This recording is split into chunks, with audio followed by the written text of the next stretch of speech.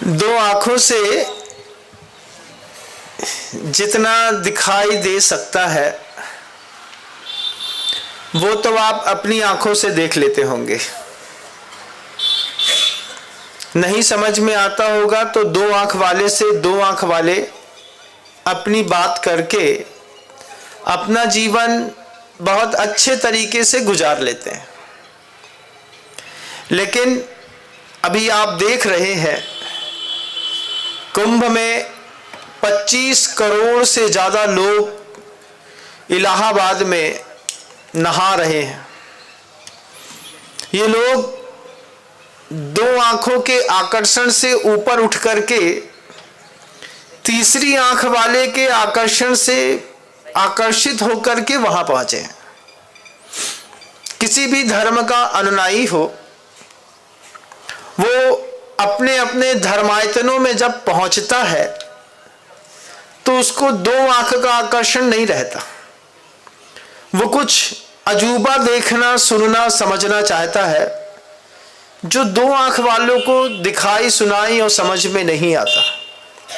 जैन मंदिर आते हैं तो जैन मंदिर में भी मंदिर आने वाले लोग, आपने जब प्रवचन चालू किया, ये प्रवचन चालू करने का आकर्षण भी तीसरी आंख का है।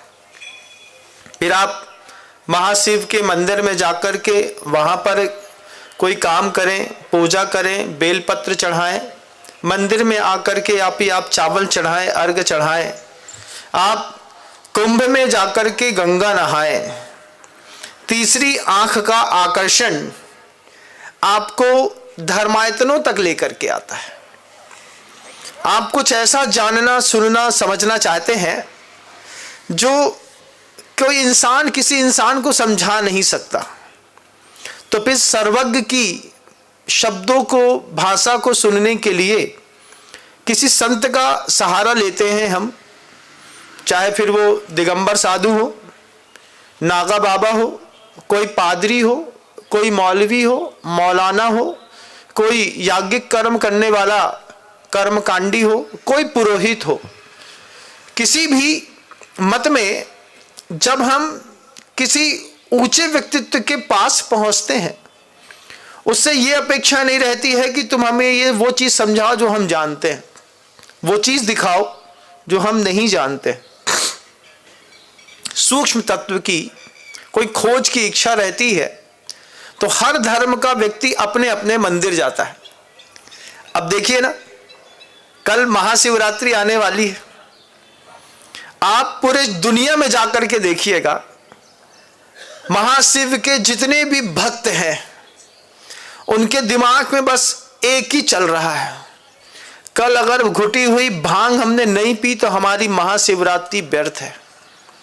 जितने भी शासकीय भांग की दुकानें होंगी, इनमें आज लाइट लगा दी गई है। भांग की दुकानों में लाइट लगा दी है। भांग घोट करके पिलाने वाले जो पंडित जी की भांग की दुकान किसी भी शहर में कोई भी फेमस होगी, उन्होंने बढ़िया अपनी दुकान के सामने बेहतरीन डेकोरेशन कर लिया होगा। उन्होंने भी 10-15 किलो भांग खरीद करके रखी होगी, दूध बुला लिया होगा, बादाम, केसर, पिस्ता, मसाले, उसके बाद फिर भांग की मिठाई। अभी आने वाली है होली, है ना, होली में क्या करते हैं, भांग की बर्फी, हरी वाली बर्फी नहीं खाई तो जीवन व्यर्थ है। फिर एक वो गोली आती है सनन, उसको भी मिला करके बढ़िया उसी में घोंट करके पी गए। महाशिवरात्रि मनाने का अर्थ दुनिया ने कितना बदल लिया है ना।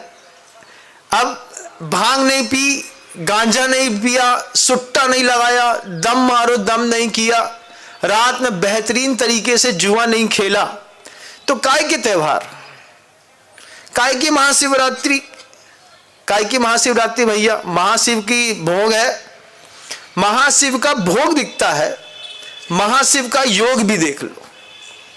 ये महाशिवरात्रि भांग का घोटा लगाने के लिए नहीं मिली है, ध्यान रखिएगा। ये महाशिवरात्रि मिली है, शिव का शब्द का अर्थ देखिएगा ग्रंथों में। ऋग्वेद कहता है शिवः परम कल्याण रूप, जो परम कल्याण का स्वरूप है उसको शिव कहते हैं। उस शिव का भी और ऊंचा स्तर होगा, तब लिखा है कि महाशिव है। मतलब शिव के भी कई भेद हैं। सामान्य व्यक्ति किसी का भला कर दे तो भला करने वाला जिसका भला करता है उसको तो दया की दृष्टि से देखता है, लेकिन जिसका भला हुआ है वो भला करने वाले को भगवान की दृष्टि से देखता है। परम कल्याण के रूप में आप मिले, गुरु मिल गए, हमारे शिव वो ही हैं, उनको गुरु मिल गए, उनके शिव वो हैं। ऐसे कई शिव हैं इस दुनिया में, लेकिन कल तो महाशिवरात्रि है। महाशिव की आराधना करने वाले लोग पहले शिव शब्द को समझे। शिव परम कल्याण रूप है। जो परम कल्याण का रूप है, फिर शिव की पूरी प्रतिमा का एक अप्रतिम दर्शन करके देखिएगा। आप जिस भी मत में शिव को मानते हैं, मान लीजिए शिव को मानने वाले त्रिशूल लेकर के, बागांबर पहन करके, मस्तक पर चंद्रमा है, गंगा की धारा बह रही है, नीचे राक्षस का वध है, हो रहा है, साथ ही साथ आपको दिखाई दे रहा है नंदी के साथ आपको दिखाई दे रहा है वहां पर बागांबर, वहां पर बभूत। ये सब चीजें बड़े ऊंचे स्तर की है, बहुत ऊंचे स्तर की है।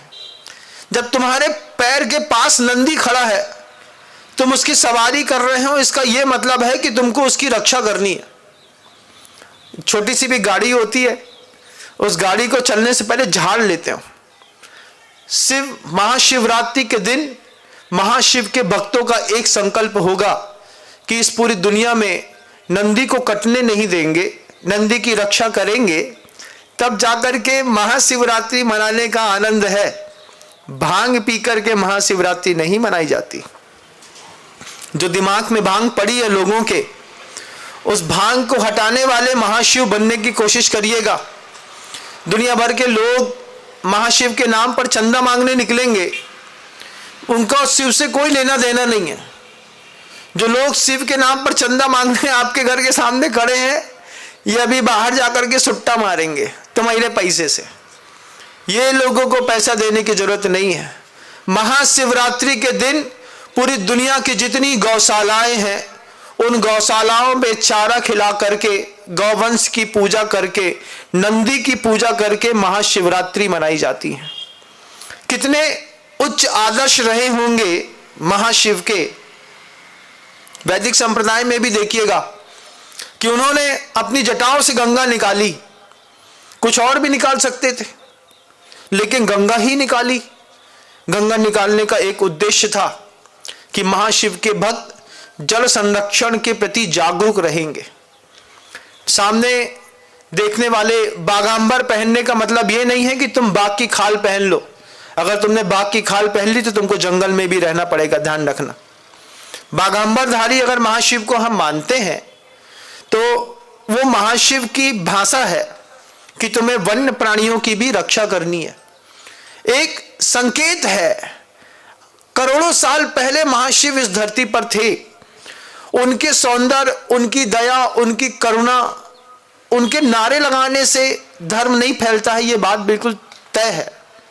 किसी भी धर्म का व्यक्ति अपने धर्म के गुरु का, अपने धर्म के भगवान का जितना भी बड़ा बलवा खड़ा कर ले रोड के सामने, कितने लोग झूम जाएं डमरू बजाते हुए, लेकिन नारेबाजी से धर्म नहीं फैलता है।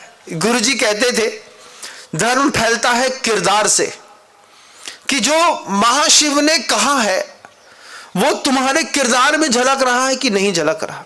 शिव के भक्त हैं, शिवो यस देवता तस् शैव, विष्णु यत्र देवसा वैष्णव, जिनो यस देवता जैन, बुद्धस्य यस देवता बौद्ध। सूत्र है आपके महाशिव। किरदार निभाने से धर्म को फैलाने की कवायद बहुत जोश के साथ होना चाहिए। जजनीन दोस्तों, अगर आपको मेरी वीडियो अच्छी लगती है तो प्लीज़ मेरे चैनल को लाइक, शेयर, सब्सक्राइब करिए और इसी तरह से अपना प्यार देते रहिए। धन्यवाद।